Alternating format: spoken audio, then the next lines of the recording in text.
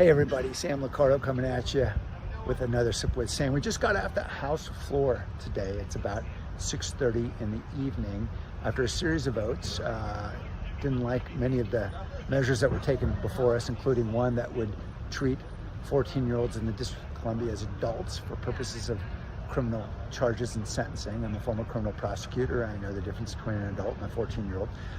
But it was the last measure, the last resolution that really gathered the most attention from the media. There was an effort from the Republican majority to censure Ilhan Omar, a colleague of mine, for comments she allegedly made over social media about Charlie Kirk. Now, I asked Ilhan whether she'd actually tweeted whatever it was that they claimed she tweeted, and I frankly don't even know exactly what was claimed. She said she never retweeted it, and she never said any of what they claimed she did, but nonetheless, they're trying to censure her. And what that means, censure, it's actually a big deal. It means she gets removed from her committees.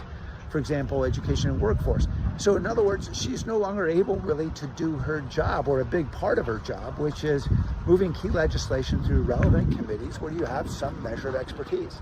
They're going to take that away from her. This is what it's all come down to. It's become very petty. And the outcome of the vote was quite dramatic.